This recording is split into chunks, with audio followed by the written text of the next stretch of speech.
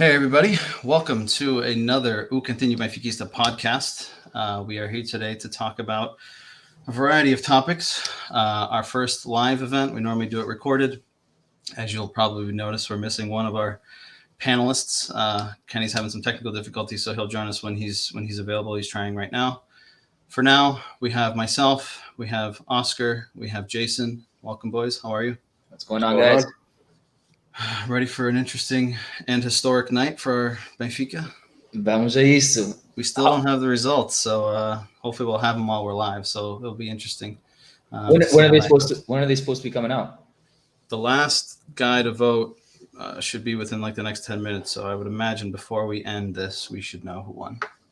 So nice. We'll get started with we're gonna have breaking news today. Yeah, breaking news. We can have Oscar break the news. I won't know. Can I get an alert? Yeah. Before we get started, just a shout out to one of our sponsors, Exotic Dream Rental. $10 off per day for each of your rentals. Tell Patrick we sent you. He's a good guy. He'll take care of you. Again, Exotic Dream Rental. You can find them on Facebook. You can book through their Facebook page. Again, let them know that we sent you. Patrick will take care of you. Again, $10 off per day. And just on time, Kenny has joined us. So now we got all four of us. We'll talk about topics of discussion here. 5 wins from 5. We beat Belenenses on Monday. We'll talk slightly on that match. I want to focus on the election. Historic moment for the club, the biggest turnout in terms of numbers voting. We have some questions that we had been sent to us last week that we weren't able to touch on. So we'll touch on those. A quick overview of the Europa League match tomorrow against Standard Liège, Monday's trip to Boa Vista, which won't be easy. We'll make our predictions. And again, since we're live, feel free to join, have a conversation with us. Leave us your thoughts, leave us your suggestions. If you disagree with us, disagree with us. If you think we're wrong, that's fine. That's what we're here for. The whole point of it is we all have different views. We all respect each other's views. So join the conversation. Don't be shy. And hopefully we can make it a good conversation. Kenny, welcome. Oh, he's there. Turn on the lights, kid. So let's start quickly. Just to get into the game on Monday, 2-0 win. It wasn't the most exciting game. There weren't like excessive amount of brilliant moments. There wasn't really much controversy. I guess I'll open it up to everyone who wants to go first. I mean, what were your thoughts on that game? What did we see? What was good about it? What was bad about it? And cheers. Hey, Ken. Everyone. What's going on, guys? Cheers. So I can start. I can start with this. Well, the Belenenses game, it was to me more of a defensive, tactical game. It wasn't we didn't see much offense, but we did get our result. And coming from a week where we played 2 games back to back, I understand that kind of mentality when we play like this. We won 2-0. The midfield, to me, Julian, Adel, and Rafa, didn't see it working out that good. I don't think you got fans. I don't. He's got fans. Sorry to interrupt you. Keep going. Yeah, I didn't like Adele this game. I think he was. Jason, show him your note. Show him your note you got there on your notepad. Good. Look at this guy. Can you guys read that? He wrote sucks. SUXS. He didn't even write it. I didn't even write it. I didn't want anyone to write the full word. He sucks so bad. You won't say it to his face. Yeah, I will. I'm scared of that Moroccan. So I thought the midfield was not, I liked when Samaris came in. I enjoyed him coming back. I think he came in and he fit in right back to where he left off before he got hurt. I think he's going to be a big part of this team this year. All right, who's next? Yeah, I agree. I think Samaris. I'm a big fan of Samaris. Samaris on the back of my shirt. I think we've talked about it before, right? Gabriel and him in that midfield 2 years ago was, it worked well. I think Samaris needs to get back to his best. I think there's still some things he needs to work on in terms of his fitness. Obviously, he's been out for a while. But I agree with you. I think he's going to be a fundamental piece. But I also think that Jorge Jesus has a plan in mind for Tarap, because in comparison to everyone else we have in that midfield, he's really the only one that has a box-to-box type of characteristic, realistically. I mean, you look at all the other guys, he's really the only one that offers you that capability of being able to drop and carry the team forward. The problem is that he's not very disciplined in either aspect of that side of the game, right? Defensively, he's iffy. He jumps in. He compromises the team sometimes. Offensively, he in one moment he's able, to pick a pass with his eyes shut and split the whole defense, and then the other moment, right, he just makes a terrible decision. So I think he just needs to be more disciplined in his decision making. But I agree. I think Samaris may play a key part, and Jorge Jesus was the one that went and bought him when he first came to Benfica. So he obviously has an appreciation for him. What were your thoughts? Yes. Yeah. So I think it was good to see Samaris out there again. At the end of the day, all these guys are going to have to play, right? We're going to be playing every 3 days now for quite some time. So everyone's going to have to find some time to and find their form. One thing that I'll note again is Grimaldo went down, right? And so here we go again with the same problem we had last year, where our fullbacks are hurt, and we got Tavares in there. We have no backup plan. They didn't, they did bring in Gilberto this year, but they didn't do much else. So here we are again with the same problem that we faced at the end of last season, and that's no fun. So Oscar's excited that Nuno Tavares gets to play. No, I'm not. That's one guy that that probably gave me a heart attack last year, but I'm not excited about Tavares being there. Grimaldo to me is not the best defensive player in the world, but he's the guy that the other players are confident with. And Tavares, I don't see that confidence. Guys, all this talking, we didn't even mention who scored the goals. Darwin scored. Yeah. He's finally scored his first goal in the league. Seth scored, came in, started the game. Nice header. It's a good start for him. I think that's beautiful. I think that's something good for both forwards as well. Yeah. Both scoring. Luka already in the previous games has scored, but getting all three of our main strikers up and going, and I think that's a great positive going in to our next game. Regardless, as far as the game, I think it was a game that we pretty much had in control. Like Oscar mentioned, it was like more with our midfield that we started with Tarap. I think Tarap played terribly. I didn't think that. I was really happy that he came out. When PZ came into the game, it kind of made more sense to me, and we started to play a little bit better overall with PZ there. But as far as the game, I thought we played pretty well. I thought that we dominated pretty much most of the game. There wasn't too many chances, but it was a good victory for us. And guys, you guys got to put up with Nuno Tavares for a little while. I can't wait to hear your reaction. I heard it's not as serious as last time. No, I heard he's probably gonna be out until the second week of November. I heard like 2 weeks. Yeah. So it should be. It's not like it's. But we're at least gonna see a little Nuno Tavares going a little forward. So do you guys? What do you think of Bill's comment here? Do you think SAD turns into an emergency situation left back? I brought that up. I actually thought he turned the Fabio Contrao into a left back, and Fabio Contrao was the same size as Servi. Tricky, small, but he did that position perfectly. And Servi's played that before, I think Servi to me is. If I want to be honest, I think he's probably like 20 times better than Tavares in that position. So sorry, even though he's not at left back, I think he can fit in perfectly in that position. And he can cross. He's good at crossing too, which is Tavares' favorite thing, right?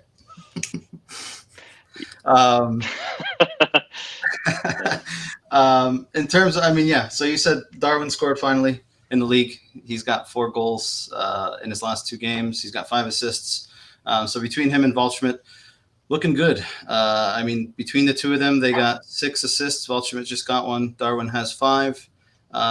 Darwin has 4 goals now in all competitions. Waldschmidt has 4 goals in all competitions. So again, this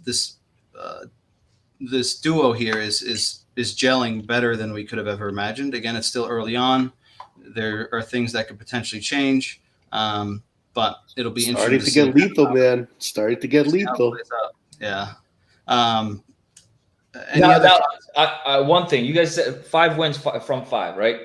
We played Famalicão, Moreirense, Farense, Rio Ave, and Belenenses.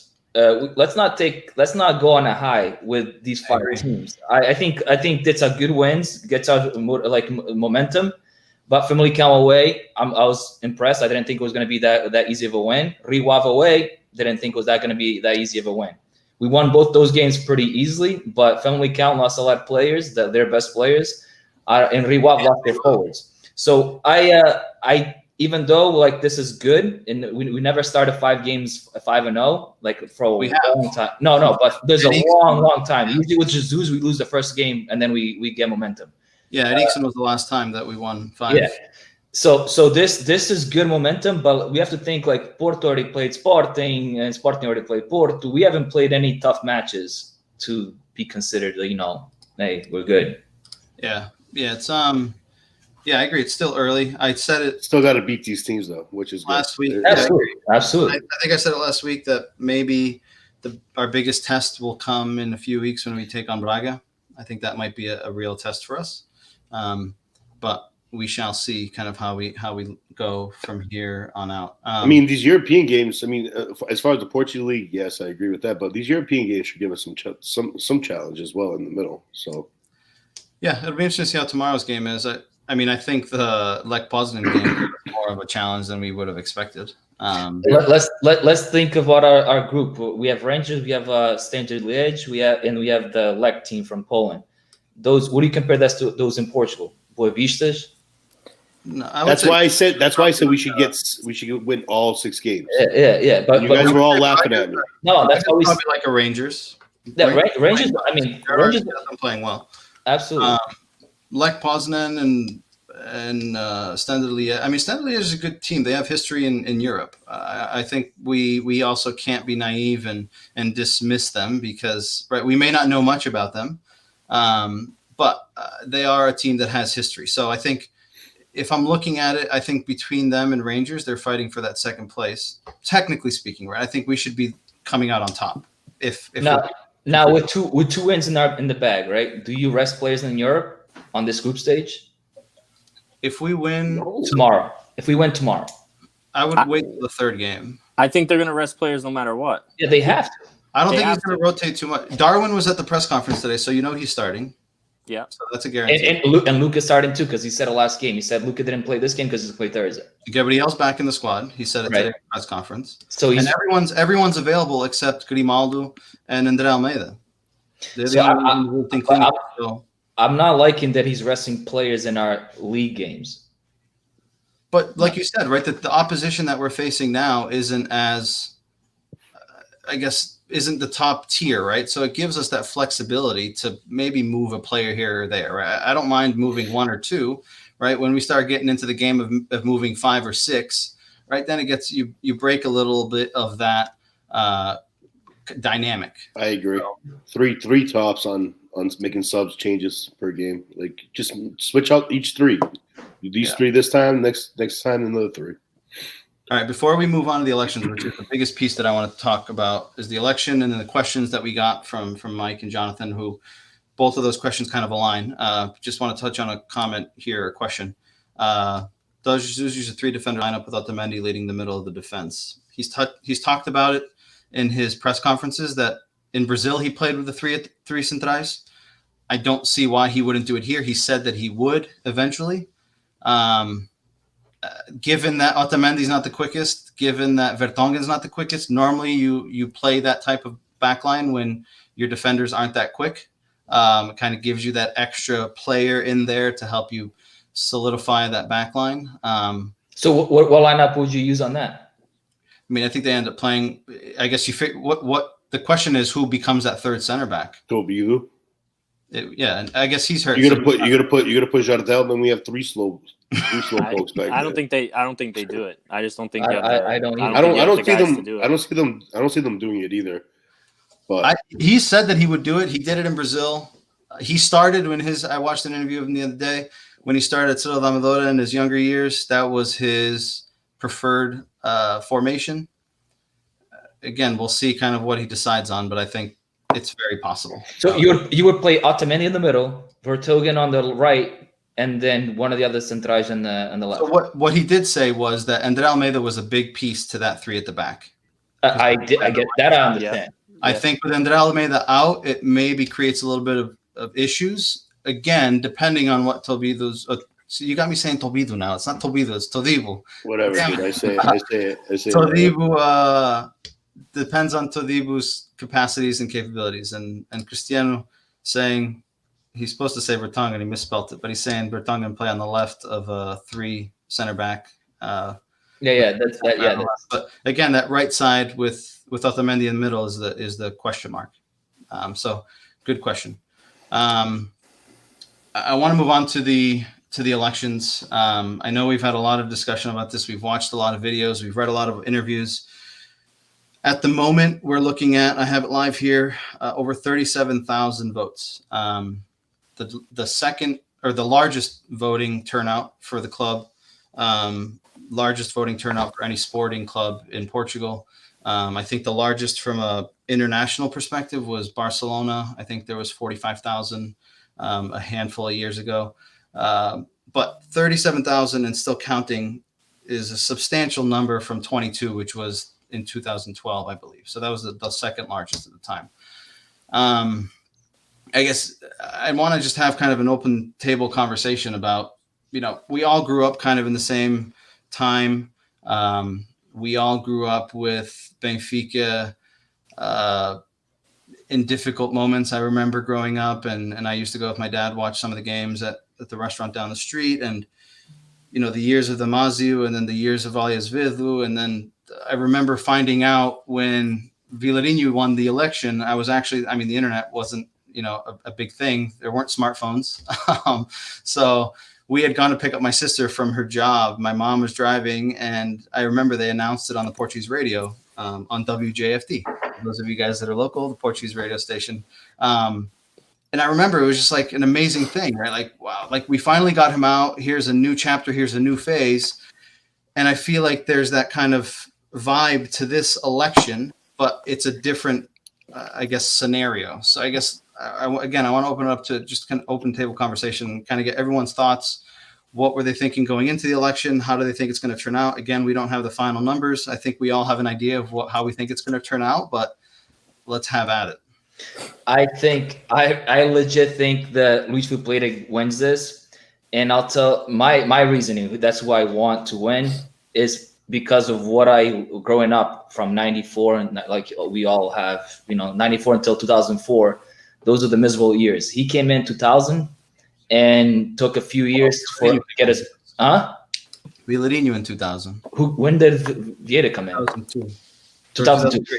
So took him 1 year and we became champions, right? And then after that, we started building a team that got us basically back in Europe. Like we got Jesus in there. We won things that we didn't win for 10 years. That this guy to me recovered Benfica from the mess that we were in. He's the guy to blame for the recovery. So why not give him the last 4 years to let him finish it off? That's my thing on Luis Filipe.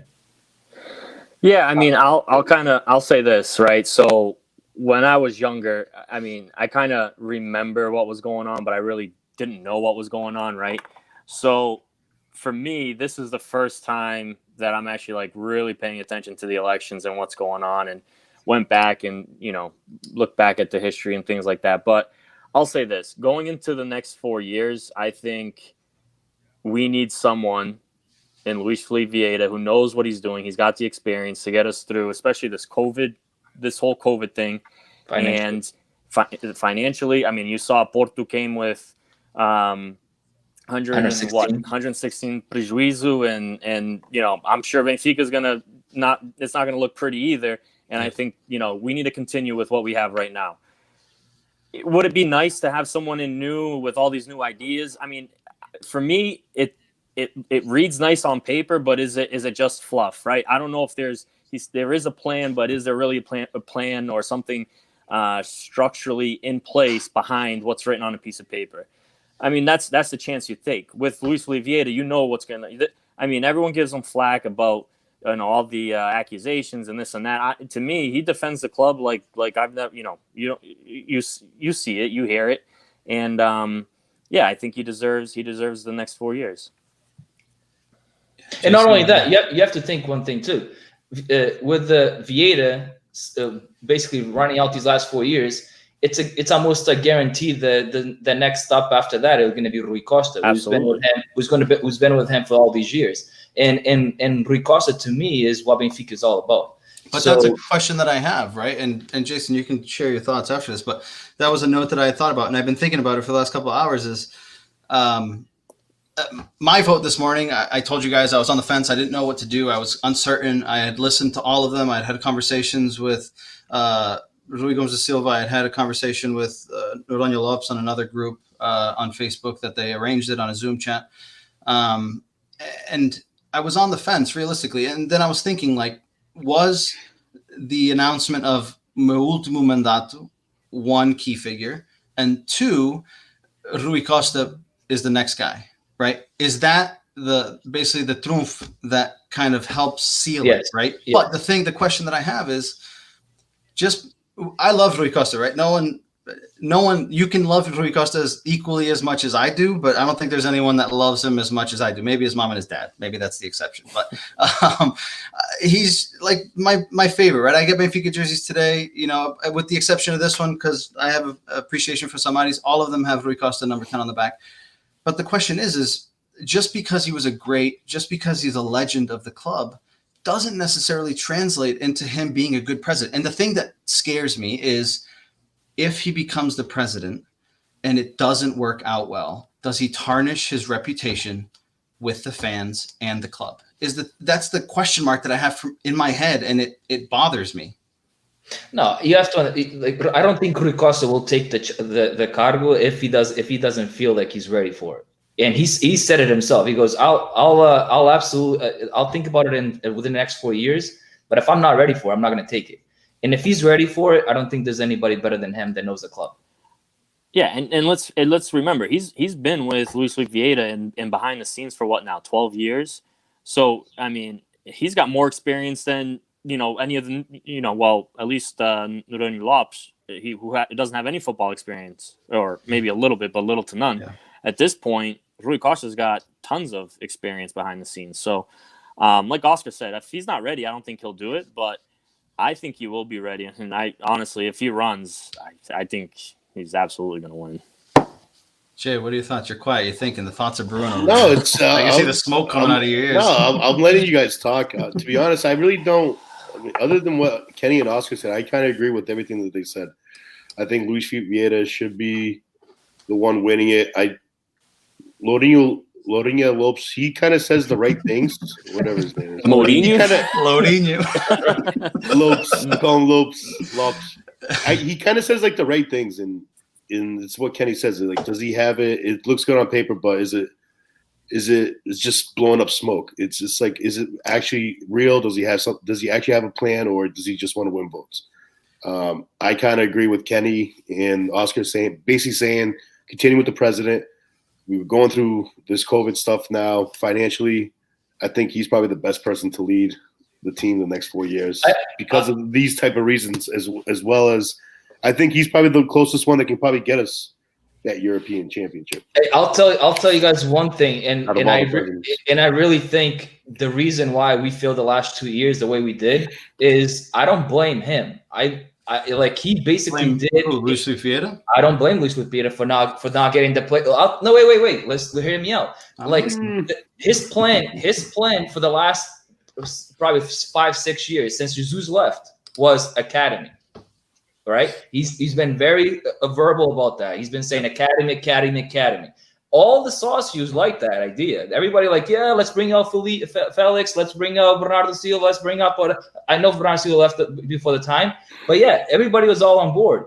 Those academy players didn't pan out the way we thought they were going to pan out. And then we didn't. How much money did we invest in Bruno Lage and Rui Vitória? I don't think that much. With the Jesus before, let's talk about the players he got. Let's talk about the money that he brought. We got that written down, right? Yeah, we'll go into that question. I have that. Hold on to that. No, I'm not. He made a lot of money. He made us a lot of money. I understand, but we then went into an academy plan, or let's go to our academy, let's grow players from home, let's bring them up to the 18. Well, those players didn't get us anywhere last year, and we're at a 7-point thing is, lead. we can't. The thing that people need to understand is, if we want to do a Seychelles plan, we need to be content with not winning for 3 or 4 years, right? Yeah. Maybe 5 years, right? Because Exactly. it's just not going to happen. It doesn't. You're not going to be able to build that fast and get that much quality to be able to compete, right? But Benfica is expected to win and compete every year, right? So if we're not content with waiting, the academy project's not going to work. We can't go all in on the Seychelles without focusing on adding other pieces. Like, that's fine. We can get these 1 or 2 or 3 offs that come through the Seychelles, but we can't make it be the be all end all, because we're going to need 3, 4, 5 years to get us to that phase. I mean, look at some of the guys that have come up and just haven't panned out, right? Nuno Tavares, I know, was a trial by fire, right? But Tomas Tavares is another guy, right? They're all put in difficult situations. The shirt that they wear at the Stade de Luz on the A team weighs a hell of a lot more than the B team. Jota's enough, but he didn't get much time, right? And we'll get to that later in the question. But I think that fans need to understand that having the academy, we've been recognized internationally for having a good academy. That's great, right? But it's not going to be. We're not going to get to a situation where that's basically what we do. That's our product. We grab our product, we bring it to the A team. We're successful. We win. We compete internationally. It's just not, because no one wants to stay in Portugal, right? Mm-hmm. As soon as they see you doing well, even at the youth level, they're going to start knocking on your door and they're going to start offering you cash. And just like Joe says here, straight cash, homie. Right? That's it. It's realistic though, right? Who wants to stay in Portugal? Rui Costa said it too, right? Like, but if you guys are in that situation, right? Somebody comes knocking at your door. I'm playing on a B team here. I'm making peanuts, right? And then they're going to offer me 3, 4, 5, 6 times more than what I'm making here, right? What are you going to do? That's what Thiago Dantas did. Jump ship. Renato Sanchez did the same. Look at Bernardo's situation this week. That's an example of what happens usually. Players don't come up because they're good on the B team or on the youth team. They don't come up and start for a A team. They have to wait their turn, right? We have players on the A team that have a name and they already placed themselves in the lineup. So you have to wait your turn. Some people don't want to wait, and that's what happened with him. Hey, it's not for everybody. Hey, I'll say this. I didn't disagree with much what JJ said in the press conference. I'm pretty sure that's pretty much how it went down. Of course. And we haven't heard from Bernardo Silva since. So true. And I love the guy. I'm not hating on the guy. I love Bernardo Silva, but it does seem what JJ was saying is true. The plan. I think you're. I just forgot what were we trying to talk about how to get to Europe, how to get a team to Europe or whatever. Yeah. So I think the way to do that is with Jorge Jesus' plan of invest in quality players, sprinkle a little bit of the youth when you need to. If, like Oscar was saying earlier, we tried. Everyone was excited about the academy plan. Let's bring in the kids. We're gonna have a starting 11 of just youth. Blah blah blah. Raise them, have them work 4 or 5 years and whatever. And then all of a sudden, in the last 2 years, again, like Oscar said, everyone's complaining that we didn't invest. That's why we lost. Well, you can't have it both ways. Yes, First of all, you can't have it both ways, and it can't be one way and just the other. It's a mix of the two. And for the most part, you're going to need to invest in outside players and sprinkle in the youth. Yeah, and Mike says here, and it touches on his question that we're gonna talk on. But on the contrary, you wait 4 to 5 years to have a team that wins for years to come. But that's not a guarantee, right? Because you're not going to hold them. That's the thing, right? Like, we held on to Ruben Diaz for 2 years, right? But there's guys that as soon as they hit that level, these poachers are just out there. That's what they're there for. You're not going to turn down. Like, you're not going to turn down 6 million, whatever they say. 6 million. Well, they're making 1.5 in Portugal. Yeah. You're not going to turn down. They're not going to turn that down. That's triple the money. And Benfica is also not going to turn down, 50, 60 million for a player. And the thing is, they don't make the players aren't as committed to the club anymore because of the money that's involved in the game. Okay, Rui Costa had an interview this week. I sent it to you guys on the Espresso. He said at the time when he left Benfica, he could have gone to Barcelona. At the time, was the best team in the world. Yeah. And he didn't. Why? Because the transfer to Fiorentina brought Benfica more money. Okay? Mhm. Not many players are going to look at it that way today. There's too much money involved. And as soon as they come knocking, they are going to jump ship. Again, they can love Benfica, but Renato Silva loves Benfica. He says he wants to come back. And like him, there's many more. But they need to go and make their money when they can and then come back. Guys aren't going to come back to Benfica in their prime because they're going to take a substantial pay cut, right? If Renato Silva loves Benfica so much, then why doesn't he not extend his contract with Man City and walk away for free when it's done and come to Benfica when he's 28, 29? He won't do it. Why? Because they need to – you have a short window, right, to make your money. And you need to take advantage of that short window, and then at the end you can come back and do what you want to do if you choose to want to do it. And here's another – go ahead, Oscar. No, I'm just Jesus, and I'm reading the comments, right? Jesus is a guy that comes into Benfica, right? And he wants to get these right guys, which is veterans and experienced players, to win today, right? What Vieira had invested in was in the Bruno Lage and the Rui Vitória was let's create a team for the next 5 to 10 years, right? Like let's create a team that's going to give us a return, which is the championship. And they did it. They won three out of the 5 after Jesus left, if I'm not mistaken. Benfica's won 5 of the last 5. So I know they won 2 with Jesus. They won 1 without, or 3 without Jesus. Right. So the 1-1, right? 1 with Bruno Lage, 1 with Rui Vitória. Yeah. Right. Two with Rui Vitória. So that's 3. And 1 2 with Bruno Vitória, Lage. 1 with Lage. Yeah. All right. So there's 3 campeonatos. We won with not investing much money. We thought that plan was working perfectly. So yeah, they brought in Jesus right now, brought in all these guys, Otamendi's and Vertegens and all that to win now. Because if we don't win now, they're basically it's an election year. He wants to win today. But also, dude, a lot of fans were pissed off because we didn't win. Like you said, we had the 7-point lead last year and we still lost. Yeah, we lost because we didn't know, but fans are pissed, so they had to invest. Like I mean, in Luis Vieira's eyes, he had to invest this offseason. And also to compete in Europe. Now I know we got out of Champions League, but that was also the first game of our season this year. So whatever, it is what it is. But it is also to compete in Europe. I mean, that's the bottom line. Yeah, and if we look back at kind of the things that he's done shortly, but I just want to, before we leave kind of this part, and again, we still don't have the final decision. They're almost done. There was still a line at the Seychelles. It seems like it's almost complete, so we may know within the next half an hour or not.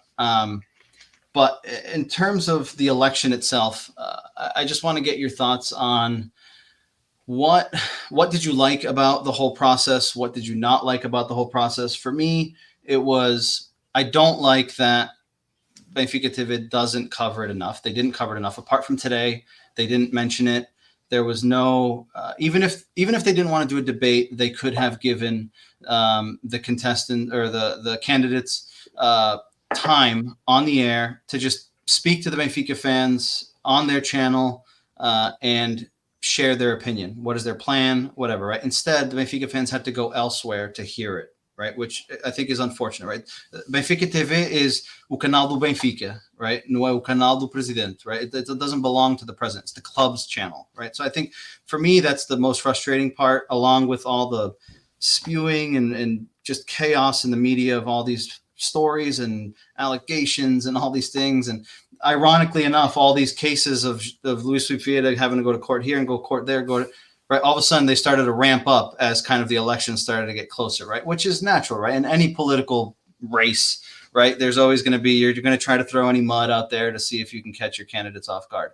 But I would say, and unfortunately, the Portuguese media and the press doesn't make it any better. Like, I know you guys saw that interview that I sent you guys yesterday on CMTV with Luis Vieira. Oh, Mariana? That lady, the lady that was interviewing. Oh, my God. It was just like she was just crying and prying and prying. So it's unfortunate. But I just want to kind of get your thoughts. This is probably like the one experience that a lot of Benfiquistas have gone through where it's out there. We had an opportunity to research, understand what were our options. So I guess what were your thoughts on like the whole process and the pros and the cons of it? I'm a big believer in all candidates to sit together on a platform and and have questions asked of each one of them, like just like they do the U.S. elections. Have a debate where like somebody or a report, I don't know, somebody that knows about soccer will be there and asking the questions to these candidates. Because be honest with you, the Noronha Lopes guy and that people don't know much about, he's basically begging to be on TV shows in order for people to hear him out. Yeah. So if they need to have a platform with all three of them sitting up front and getting questions asked, that's to me it's what should have happened. It didn't happen. BTV should have been the place to have it. And I don't know what makes the decisions of who can go on it, who can't go. People are saying it's Luis Pieda. I don't know if it's true or not. It makes you think that's the case, right? Right. I mean, given that they didn't go on there. Yeah. So I'm not sure, but that's one thing that I wish it happened. Yeah, I agree. I think debates are absolutely needed just to make sure that the every Sócio can, hear what's going on. Because some of the older generation, they're not online. They don't see all the news clippings and the articles on Facebook and Twitter and all the other websites. So it is good to have the debates on TV on Benfica TV, and yeah. But outside of that, it did get a little ugly. But I think that's normal. It's almost like the Trump Biden stuff that we're going through here. So. It is what it is, but it's just part of the campaigning and the process, The trio that talk is actually not a good example. That's actually the most respectful. Actually, the ones that respect each other the most is trio that talk. Other ones, Jesus Christ. Hey, I actually have a question. So someone, I don't have a question. Someone wrote, I think it was Jonathan. He wrote something. What if Luis Vieira loses? Yeah. What do you think the transition will be like? One of my next questions. Yeah, the Rui Costa. That was my next question. So it's a good transition there. So I guess what I was going to say, we don't know who won yet. If Luis Vieira wins, what do we think the future holds for us? And how do we think the fans are going to take it? And the team itself, right? Like mid-season, right? You just got a new coach, you got new players. And if João Noronha Lopes wins, how does it impact us as a club, as a team, and what does the future hold for us? Well, I'll say my 2 cents because it'll be real quick. If Luis Vieira loses, we're going to turn into Sporting. It's going to be a mess. It's going to be a complete Jonathan's going to be so mad. I know. That's why I said it. I said it just for He's him. lighting his keyboard on fire right now. No, I really don't. I just don't. I don't want to see a change because then it changes everything. Like we just bought all these players who, like this coach, this new president will probably just sell everybody in January. Like who knows? Like it's just like I just feel like it'll be such a bad time. I mean, like it's just like these elections should be before the season starts too. By the way, just in case. Well, that's one of the recommendations is to change the statutos to change the date of the election. Right now, it has to happen between. I read them yesterday too. I want to say October 25th and the 30th. Yeah. It has to occur between those dates. But they're proposing that they change it to the off season, which would make more sense, right? Like having an election mid-season just doesn't sound reasonable. No, it's stupid. It's just like I said, if that guy wins, it's going to turn into a circus. I really do. I don't think he'll change much if he wins. I think it'd be stupid, and he would just shoot himself in the foot. Yeah, I think if there is a change, like everyone says, hopefully. We Benfiquistas, everyone stays united, and tries to keep this season as little change as possible because I do think we have a good squad. I think we're on the right path with Jesus, and hopefully, a lot of that stuff doesn't change. Now, will Rui Costa accept any other offers from any other candidate? No way. I don't know, but I don't know. We'll see. Well, no Luis Vieira's interview yesterday basically put Rui Costa out of basically out of commission. So if Luis Vieira loses today, Rui Costa is out with him, unless Rui Costa turns his back and stabs him in the back that bad. I don't think he would. I don't think that would be stabbing him in the back, though. I think he's supposed to stay. Well, the thing is, but Rui Costa. Benfica is Benfica. Rui Costa is not, or Luis Vieira is not Benfica, right? Like I agree, right? They have a relationship, right? Right. But you have to understand. Luis Vieira yesterday said Rui Costa gave me his word. Breaking news. He said eu não acho que o Rui Costa não iria, está na minha lista, acho que ele não iria ter essa conversa, blah, blah, blah, blah, blah, right? But we also read the interview that he had with the one that I sent you, right? Where he said, eles estão a falar de mim é porque eu tenho feito coisa boa, right? I've done good things since I've been here, right? So for them to be saying my name and linking me to this, that, and the other thing means that, there's some value there, right? So knowing that Rui Costa is a Benfica guy, if the plan was right and he felt confident, I don't think that he would say no. I think it would be difficult because he has a relationship with Luis Vieira. But given that he himself has said, if I didn't like Benfica, I would have left a long time ago, right? You know as well as I know that AC Milan wants him, right? There's plenty of clubs out there in Europe that want him because of his status in the football world. He's respected. He knows a lot of people. He's been in the game for a long time. Before AC Milan hired Gazidis, before they got Leonardo back in their organization, before they got Maldini into the organization, they were knocking on Rui Costa's door. So if he wasn't a Benfica guy, he would have left. If the project's right, I don't think he's going to say no. But that's just my opinion. Yeah, and I just hope, hopefully he'll run, the next time around. I think if he ran today, he would win against everyone. I know Cristiano. I believe it's Cristiano, right? He asked a question earlier about the Socios vote, not the president. He doesn't like the next president. That's true. But if Rui Costa runs today or the next election, I don't think anybody can beat him. Yeah, I think he would win. But again, there's just that question mark, right? Like, I just want to say that could be fake news, dude. That could be fake news. It's Biggie's the last vote. I'm watching it here too. No, it is. Yeah, they're saying it's coming. They already have the camera on the. What are you guys watching? Benfica TV. Come on, dude. Well, don't worry. We'll inform you. We'll let you know.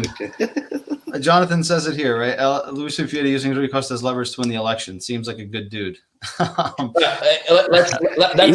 not being used. That's a simple answer. Luis Vieira, when Rui Costa came to as a team, he said that he would have Rui Costa as the president after. Yeah, that's been the plan. That's been the plan. He said it that from way before. So he said it when Rui Costa came back to play for Benfica. Yes. Yeah, it would be the next person that you'll be leave in charge. No surprise. Leave in charge. Yeah. So to me, he's saying it now because you'll get a few more votes. 100%. Why? Who wouldn't? Yeah. Okay. All right, Biggie's our newscaster here. We got results in 15 minutes. Keep him up. Keep it up, Biggie. Keep it up. So we'll put the election piece on hold for now until we can kind of get a decision here. They're showing the Presidente da Mesa da Assembleia Geral. So I would imagine that it's coming sooner rather than later. I want to jump into the questions quickly before they give us the results. We've touched on a few of them recently, but just Mikey's question, he mentioned it earlier. Same coach that cost us Cancelo, Bernardo. He returns. We ship more youth. Does this set our club up to win 4 or 5 years down the road? And I know that we wanted to talk about the youth, right? Like there's a lot of uproar about the youth, and we talked about it earlier. And I went back and looked in the I guess it's easy, and people seem to think, or the perception is that Jorge Jesus is a guy that doesn't develop players, right? And when I go back and look at the players that came in when he was coach last time around, while he may not develop players from the Seychelles, the players that he had, no one really knew any of them before they came, right? And I'll give you names here. Just I wrote down a bunch off the top of the list, but Ramirez, Javi Garcia. Javier Garcia is in Real Madrid. Yeah, but did you know who he was? Yeah, but he came from the Real Madrid. He came from so did Rodrigo. Did anyone know who he was at the time? Javi Garcia came when he was 22 years old. Yeah. No one really knew who he was. Okay. You got Nico Gaitan, 22. Rodrigo, 19. Salvio, 20. They went and got Oblak when Jorge Jesus was a coach. He got loaned and he came back and played. Witzel, Garay, Matic came from the David Luiz deal. Enzo Perez. He actually signed Ender Almeida. Lindelof, Pizzi, Markovic, Feja, Siqueira, Samaris, Talisca. Like we have these names that a lot of these guys we didn't know, right? And he turned them into some ridiculously good players. And I have it noted here, right? Like Ramirez played one season. We bought him for $8.25 million US, and we sold him for 24 the next year. Javier Garcia, we paid 7.7, sold him for 22 million. 2-3 years later. Oblak, we paid 1.87 million. We sold him for 17. Witzel, 1 season, paid 9, sold for 44. Like, you just look at some of these guys. Yeah, you can't compare. You cannot compare. But we that's the thing is, like, that's one thing about Jesus. He's a good coach when it comes to picking players that he from but he gets around the the best world. out of them. I don't think we have to. But we focus too much on the Seychelles, but he develops a lot of players. So you tried to say that we don't have talent in Seychelles? We do have talent in the Seychelles. That's the difference, right? But just So because we have talent in the Seychelles doesn't mean that they're ready to be there. Because these kids are coming from Seychelles, they're 18, 19 years old. The kids that Mikey just named, they're basically 20. Their average age of 21, players that he signed were like 22. They're a little bit older. Old. Why do you think Florentino left, but there's no buyout clause? He wants Florentino to come back because he sees something. Jesus didn't send Florentino out. Yeah, Florentino just went out right now. Yeah, it wasn't Jesus. It was. He asked them to. Yeah, it was Jesus. Yeah. He asked Jetson went out last year. He's coming back in January. Monaco. Back. Yeah. I understand that everyone wants the youth players to be successful, but let's be honest here. All right, everyone wants to talk about the youth players that work success, right? Maybe a couple out of just think about all the youth players that aren't successful. No one talks about all those. How many players? Like, does no one even know about that played in the youth and that did nothing?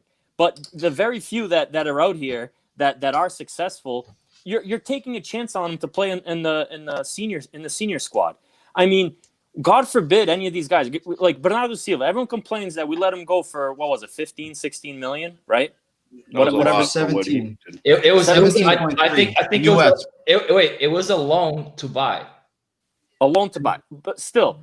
These players, who knows? Like, Benfica's taking a chance too, right? Who knows if Bernardo Silva stays? Let's just say he stayed at Benfica, snaps his leg, gets a serious injury. There goes his value.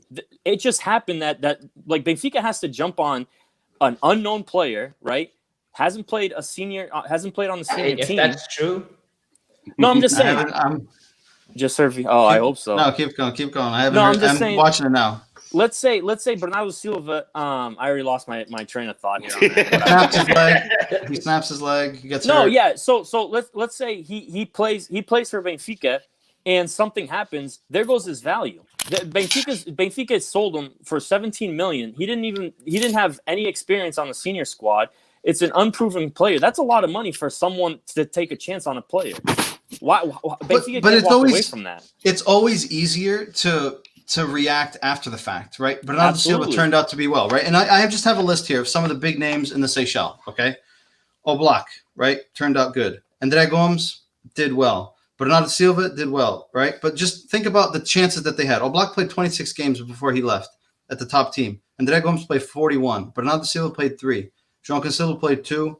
Ivan Cavaleiro, 20. Elder Costa, 1. Renato Sanchez, 35. Gonçalo Guedes, 68. Lindelof, 73. Ederson, 58. Nelson Smith, 65. João Carvalho, 10. João Felix, 43. Ruben Diaz, 137. But looking at this list, right, these were like the big names that come to mind, right? Elder Costa, what came of him? Sure, he's at Leeds, but he's not a great player, I would say. He's average. Ivan Cavaleiro played for Benfica for a little while. He even played with Jorge Jesus. Is he great? Maybe not, right? But, I mean, we made $16.5 million on Ivan Cavaleiro. We made $16.5 million on Who would pay that now? Elder Costa. We made $16.5 million on João Carvalho. João Carvalho, I think he's at Nottingham Forest. Right? Yeah, he is. But no one talks about the ones that we did make money off and they didn't pan out, right? And then we got guys, right? I just wrote 2 names down. Nelson Oliveira, Miguel Rosa. 2 guys that everyone talked about. Temos jogado Nelson Oliveira. Thanks, you got. He got his chance. He went to Nottingham Forest and those pontapés na Inglaterra. He didn't do anything, right? Mike, let's talk about let's be on. Let's have a serious conversation, right? I love Renato Sanchez. Would you pay what they paid for him at the time right now? No, they paid. They paid $38.5 million US for him. And what has he done since? Well, he went to Bayern. You can't. He won the Euro Cup, but he didn't pan. I'll tell you this: he's playing pretty good. He's doing better now. Has he lived up to his contract? But he dropped off. Yeah, he dropped. I mean, everyone remembers the players that succeeded. I mean, look at Lindelof. He got sold for he wasn't from the Seychelles, but still, there's other players. Markovic. What is he doing now?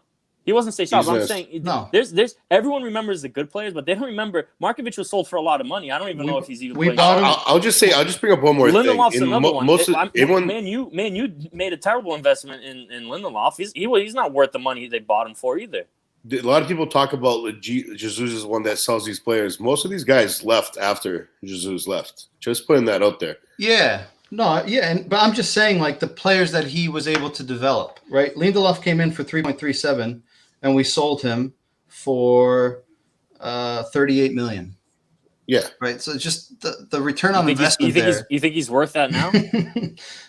Markovic every played Man U fan I talk to friggin' hates him. Markovic played 1 year. We paid 11 million. We sold him to Liverpool for 27.5. Where's he playing now? That's the thing, right? He hasn't panned out. But again, back to the youth, right? We have these guys on loan, right? Jota went to Valladolid.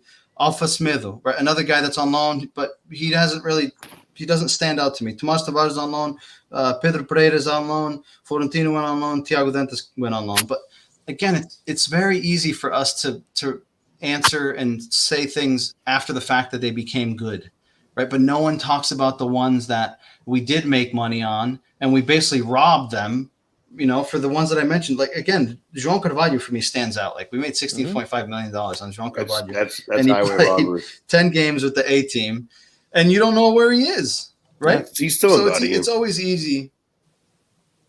I think, yeah, he might be actually a captain there. But and with that, I want to transition into kind of we got our guy. Manny says here, right? Like, I feel I haven't seen any. I think They're still writing down the notes. So. Oh.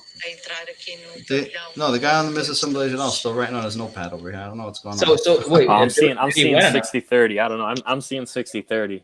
Well, Sam TV also reporting Noronha Lopes one. So, it's the Portuguese media. I'm not going to believe it until I hear this guy say it. For Manny's question, I think it's kind of tough to tell just because of who knows what COVID, He had to, though. It's an election year. He had to invest. After losing the year last year, he has to invest. Will he invest in the coming years? Will he invest in the coming years? The simple thing is Jesus is a guy that came in saying, I'll come back to Benfica but I need this. And I think the players that he got is, okay, that's what Jesus wants. And I think election year has a lot to do with Jesus coming back and all these players coming in, 100%. But it also has to do on how, so we invested big, right? How many guys are we going to sell of these? Like, are we going to sell? Like, if Darwin has a great season, are we going to sell him for big money at the end of the season? That's what I'm trying to say. Darwin. Not if we're in Champions League.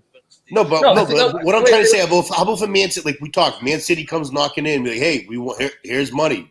He's going to leave regardless. What can we do? We can't hold on. That's the thing. No, that's what I'm trying to tell you. To me, it all depends on how much. Like, are we good? Are we good to invest?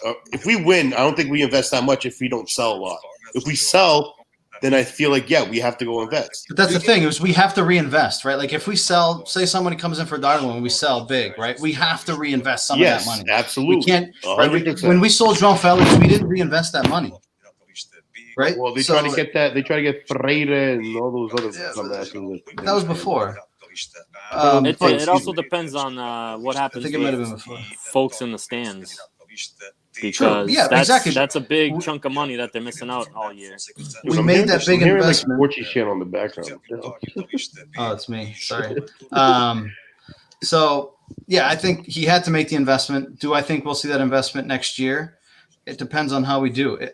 I told you guys yesterday, I feel like Benfica, with the team that they have, if they start to gel well, I could see us getting to the Europa League final. I think we have a good enough team in comparison to what we see out there. If we get that far, I think that Benfica continues with the investment into next year. Again, depending on who comes knocking for certain. Well, you have to understand this COVID year. I don't know what's going to happen. There's a lot that can change. I don't think they're going to be throwing money out there just for depending on what happens with COVID. I don't think they're going to be spending that kind of money. Maybe if they need to make money, they sell players and then they reinvest and buy other players coming in. But but the players they got this year, Otamendi's, Vertonghen's, what do you think they're going to get for those? No, you can't I'm resell not those. talking about signing those guys. I'm talking about when Benfica sells, they sell their young players. They sell the Darwins. They sell the Luca Walschmidts. They sell Everton. They'll sell those guys. They're not going to sell a 30-something-year-old center back. Those guys are going to be on Benfica until they probably retire, dude. Or until he goes to Saudi Arabia. Yeah, or one of those. Yeah, I agree with Bill on that one. Yeah, I agree. Yep, you have to. Again, it's good to have them, but again, you're not going to hold on to them. So the key to it, I think, is making some money off of that. And Jonathan saying the competition in Portugal isn't great, makes them seem better. I would disagree with that a little bit, depending on who the player is. Some players go and they succeed outside. Some players don't. Right. One example that I always like to use is. Hey, I'll tell you one thing. He didn't make any player look good in Sporting.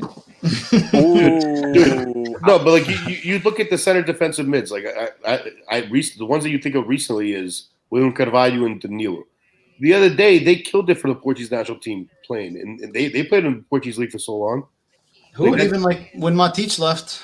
Matic was good too. He did good, and Javi Garcia was, to me, he was. I used to love Javi Garcia. He didn't pan out, but not everyone's built for every league, right? Like the example I always like to use is Shevchenko, one of the best strikers ever. Yeah, went to Chelsea, sucked, right? Does it? Fernando Torres. Same thing, right? Does it change? Does it change what he did in history? No, at AC Milan he was one of the best, but he's not built for the Premier League clearly, or wasn't built for that team. It happens.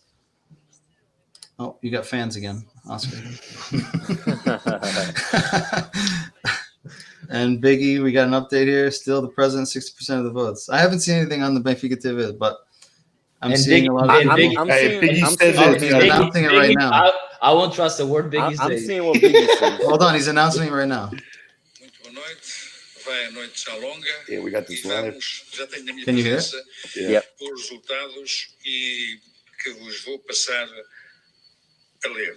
Então fala de uma vez, Paulo. Vencedor desta eleição, a lista A, com 471.660 votos, com uma percentagem de 62,59%. Ficou em segundo lugar a lista B, com 261.574 votos, com uma percentagem de 34,71%. 62 versus 34. Em terceiro lugar ficou a lista Damn, D, dude, blew him out of the water. com 12.341 Those old guys. Those 50 votes. Com Jonathan always beating up on Sporting. 1,64%. Well, we have the news. Luis Vieira is staying. We got the champagne. We got the champagne. Well deserved. Champagne. Cheers. Well deserved. Absolutely. Cheers. Sorry, Tony. We did not believe you. I was just hesitant because we hadn't seen. I'd seen a few different. We believe you. Right? We believe you. So thank you for keeping us informed. We appreciate it. So I just want to mention Jonathan's question. We had already touched on it and exhausted it, but do you have faith in Judge's ability to manage the team to perform well in the Europa League? I mean, I don't think we have any reason to believe he can't. He took us to the Europa League final twice, right? I don't think there's any issues with us thinking that he could do it again. So this is what I have for that answer. I wrote on the side, yes, 2 finals and the 4 years that he was there. Chelsea and Sevilla, and we could have won both of those. We should have won the Sevilla one. Yeah, in the Chelsea one. The Chelsea one was late, but the Sevilla one was a scandal. Yeah, but that to me, those 2 games, Chelsea and Sevilla, they're not joke teams. Easily could have been won. All right. So yes, he can build a team to win as a trophy in Europe. I don't think it's going to be Champions League though, but I think European League, the UEFA, I think that's a very possibility that we can win it. And he's probably the coach to win it because he believes in now team, not win now, not later. So I kind of agreed. I think Judge is the best coach for us out of Rivitori and Bruno Lage that was there before. I think he's the best one to bring us European glory.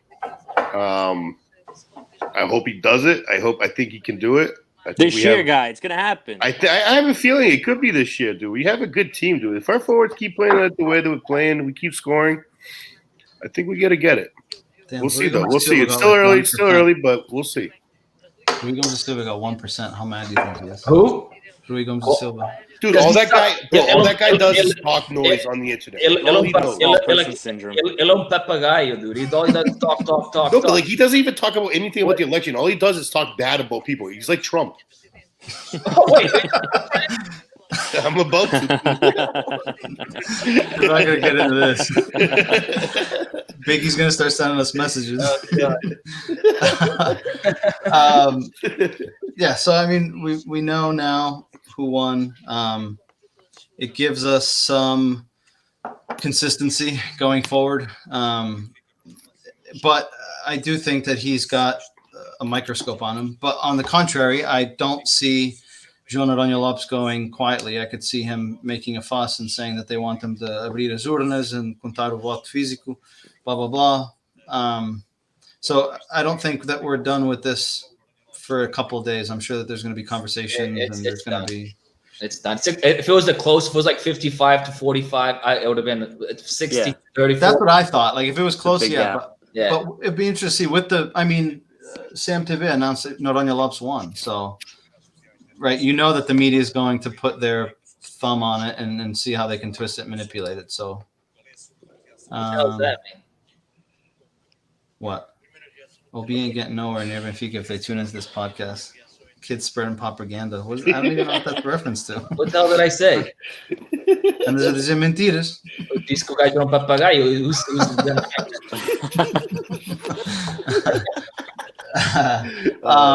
Anything in terms of, I guess, the election, what the result was, anything that we feel like we didn't touch on? No, I'm happy. I think the best man won. I think he's the one to take us a little bit further into this plan that he has. Yeah, the right man for the right time. Look, I'm not saying he's perfect, but like Kenny said, he's the right person. There's one thing about Luis Vieira. He got us off a very, very tough financial crisis that we were in, right? And I don't know what the future holds with this COVID thing. And if there's a guy to make us stable during this financial crisis, is him, because he proved it before. Oh boy, dude, Oscar's getting a lot of hate, dude. Let's have Biggie on this call one day. I can't wait. Oh my god, it's gonna be spectacular. All right, so we'll move on. We'll just touch on quickly. I guess I forgot to mention Monday's game. Kenny got the prediction right. He said 2-0. It ended up being 2-0. Absolutely. So well done there. On Thursday or tomorrow, depending on when you're listening today, if you're listening, Thursday the 29th, we take on Standard Liège for the second game. Wait, we didn't answer another question. There's another question up there. Which one?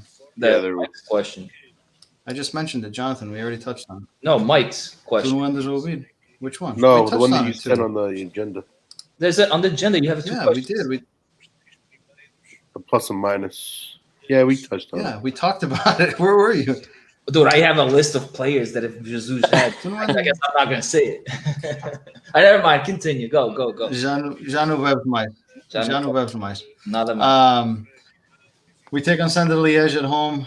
Second game of the group stage. They lost the first game. We won our first game. They're coming off 3 games that they haven't won. They've lost their last 2. They tied the one before that. They're 5th in the Belgian league. 13 goals scored, 9 goals against. 2 points from the top, though. So there's a small gap there. We do get to see the return of Medi Carcela Gonzalez, for those of you guys who remember him. Carcela. He plays for Standard Liège. And, of course, we can't forget good old Michel Prudhomme, who is the sporting director and vice president of Standard Liège. So it'll be good to I don't know if he's going to be there. My mom's asking you for your Benfica shirt, Jason. Sorry, Fatima. Está a lavar. Emilia is washing it. So that's our next game on Thursday. And then I guess we'll take predictions after the fact. And then Monday we go to Stadio Bessa to take on Boa Vista. A Boa Vista side that I said it from the beginning. I think they invested well, but their coach I don't think is up to the task. I don't think that they have a good enough coach to be able to compete with the team. They're 17th with 3 points after 5 games. They've scored 6, conceded 12, so they're a side that gives up lots of goals. I expect Benfica to go there and get a good result. But again, that game's Monday. So we'll be back next week to kind of talk about both those games. But I guess for the two of those, I want to get everyone's predictions. So let's start with Thursday's game against Under Liège. What are we thinking for results? I'll start with you, Jason. You're in the top right corner. I put down 3-0 at home. I think we're gonna play with a more offensive lineup. I think Gabby and Peasy play in the middle. I think Luca and Seth start up front, and I think that we kind of blow them up. Okay, Mikey's going with 3-1. Oscar, what are your thoughts? Oh boy, we can definitely concede because we have Aleijados in the back. I don't think we concede. We concede, but Who's going to score, Casella? No, I'm also going to the blowout, and I'm going to say 4-1 again. And What? And because Standard Liège is like to me is like another Lusitano. So you don't consider these. You think Biggie's in goal? You're gonna have to pretty soon. You're gonna have to tell people what this Lusitano's reference is because they don't even know. Lusitano's already. I'll tell you a lineup. We had Aleijado on right back. We got a drunken center back. We had Pep number 2, Kenny on center back. And then we had a guy that used to score goals up front, and then he's ended up in the back, a skinny, scrawny kid like Rodrigo. So like this you can't. And then we had Ronaldo on the wing, and that's the best. Offsides Oscar, you forgot about him.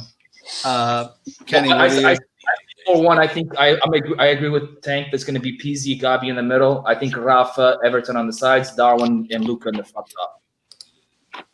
Hey, John Jesus says that Darwin might take a break, so Seth might take over. No, Darwin was at the press conference today. There's no chance he doesn't start. Dude, you never know. Yeah, he was, but I also heard him say that I mean, he's played every single game, so I think there's going to be a lot of changes. Dude, the kid's 21, dude. So não pode correr agora. Quando é que vai correr? You don't want to. Hey, we don't want to. Yeah, no. we don't want to overuse them. Well, I do think there's going to be changes, and I don't think this is going to be a walk in the park. So I'm going to do. I think there's going to be a change in the back line outside of the fullbacks. I think we might see Jardel. I think Vertonghen's going to sit this game. I do think, Gabby's definitely coming back, and I think Seth starts up front. So I'm going to say 2-1 Benfica. Biggie with the hot takes here. Oh man, this is. I'm going to go 2-0 Benfica.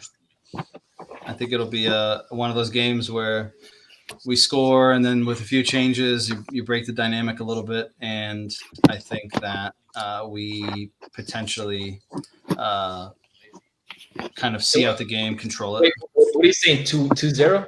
Yeah, 2-0. Yeah. I mean, this is also a team that lost their first game 2-0 at home. Correct. So two losses in a row won't be good for them. So I think they got to somewhat go for it. But I think also a point for them away wouldn't be bad either, given that I think Benfica is the number one threat in this group. But, yo, Jonathan's hating 2-2. Come on, man. Boavista game. I'll go backwards now. Kenny, what are your thoughts on the Boavista game? Yeah, so I looked at the highlights from the last. So Javi Garcia got 2 yellows. Got a red. Coincidentally. Yeah. So he's gonna miss this game. Their goalie also gave up a freaking frango. They could have won that game. He gave up a big frango at the end of that one. But yeah, I think we'll win 3-1. I think that's going to be a tougher game. I think that's a tougher game than this Standard Liège game. Away to Vesa, I don't know. I think we always struggle in Boavista. I know Porto went there and won 5-0, but that's their like brother and sister. They like they grab your hands and then after the game, probably both of them. So I think this is a 2-1 game, and it's not going to be easy. Yeah, it's going to be 2-1 game, close game. So I predicted 3-1. 3-1 in this game. I mean, Boavista's given up 12 goals in 5 games. The two home games, they have yet to score a goal at home.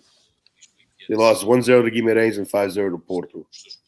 So I think they do score, but Benfica wins 3-1. Yeah, again, this is one of those that historically is tough.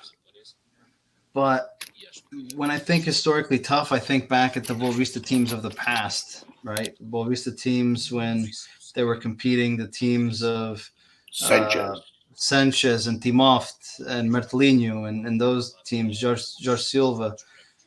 I can't get that image of that team out of my head. That's what I always go back to. But again, I think they made a lot of investments, but I don't think the coach is good enough to be able to gel it all together. I think their start to the season is proof of that. I wouldn't be surprised if he's sacked within the next 2-3 games, if I'm being honest. I'm going to go. They have a good team. They do have a good team, but just because you have a good team doesn't mean that they play. Look at Barcelona, right? You can have a great amount of studs, but if you can't manage to put them together and get them to play well, then it's useless, right? They've struggled, a bunch of They've good struggled players to start the season. But they have a good team, all right? So I'm going to ask you, they have a good team. Name me 2-3 players other than Javi Garcia. And he's not playing. Angel Gomes. The Remy guy that came in. He's good because you know the name, right? Like you don't know. Apart from Remy, right? He played on France. He played on Valencia. What? But he played for. He played for Boavista. Yeah, Jimmy was good. He was good. Coutinho up top. He was really good. That was a long time ago. But again, like on paper, they could have good players, right? But again, I said it at the beginning. I don't think their coach is good enough to make them work. I think if they get another coach like Jorge Simão, who they had before, a guy that was proven he did well, I think they could have done good things. Again, I wouldn't be surprised if he gets sacked within the next 2-3 games. I'm going to go – I hate always like – my heart always tells me one thing, but my head tells me another, but I can't go with what my head says. So I'm going to say – Go with the heart, dude. Go with the heart. I'm going to say 3-0. 3-0. Tu estava a pensar. O motor estava a pensar Não tem nenhuma paciência nenhuma, pá. Seriously. Estás com pressa? 3-0, you said? Yep. 3-0. So we all think they're scoring 3 goals? Except Oscar. Oscar has said 2 goals? Yeah. He said Arrasquinha e autogol. Well, What did you say, 2-0? 2-1. I think it's going to be a close game. I just I have it 2-1, and then we might just get one at the end to kind of seal the deal. I think it's going to be a tough game, but we're just we'll edge them out at the end of the game. You guys still remember the game where Simão scored a PK right at the end when the campeonato there? Yeah, with Trapattoni. Yep. Mm-hmm. I remember that game. It was a good game. All right, before we go into kind of the TV listings of the games and close it off, any final thoughts for you boys? Bang! I'm happy today. We beat at 1. I think that's what I was looking forward to tonight. Tomorrow, it's going to be a fun day. What time is the game again? Tomorrow afternoon? 4, I think. 4, 4 p.m. I think Eastern time. It's late. It's because they changed the clock, so Yeah, we have it, right? Yeah. I'm happy to see that there's going to be fans in the stadium. That's that'll be a little bit different. How much again? Only like a couple thousand? I think like 3,000 or something like that. Yeah, I mean. Yeah.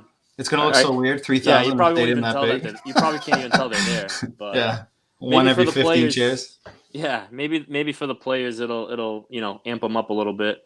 Yeah. So let's keep it going, dude. 6 for 6. It'd be 7 for 7 if we 7 for 7. Yeah, absolutely. Yeah. I'm happy with today's results. I think I'm hoping for 2 more victories coming up, and hopefully we get them. All right. So is Braga the next toughest game we have?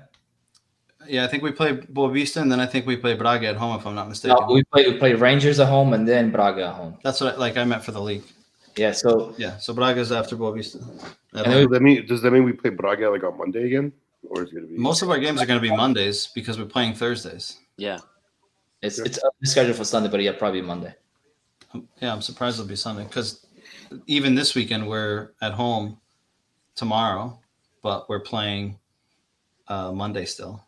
Right, we don't even have to leave the country, so you'd be surprised that. But the schedule's going to be hectic, so it's going to be interesting for the next couple of weeks. In terms of tomorrow's game, don't forget livesoccertv.com. Download their app on their website as well. Good guys. The app Android, iPhone. You can download it. It'll give you the TV listings for whatever country you're in. Here's just kind of a high level for the game tomorrow. Portugal, SIC Sport TV1. In the US, TUDN, Galavision. In Angola and Cabo Verde, that's not listed yet. In Brazil, watch ESPN Brazil. In France, you got RMC Sport on Direct and Telefoot Stadium 2. And in Canada, DAZN will be showing the game tomorrow for Standard Liège. Away to Boa Vista, a few of them still aren't listed yet. Sport TV1 in Portugal. In the US, still not listed, but it's most likely going to be Gol TV Espanol, and Fanatize, I think it's called. Angola, Sport TV Africa.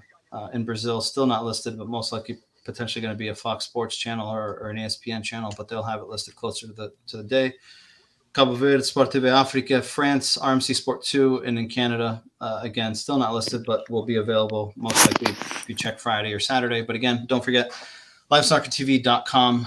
Download their app. They have a website as well, available on Android, available on iOS. And for our contact information, social media presence, you can reach us at ucontinubenfiquista@gmail.com. If you want to join the panel, if you want to join, have a discussion, feel free to reach out. We're always willing to hear different opinions, different views.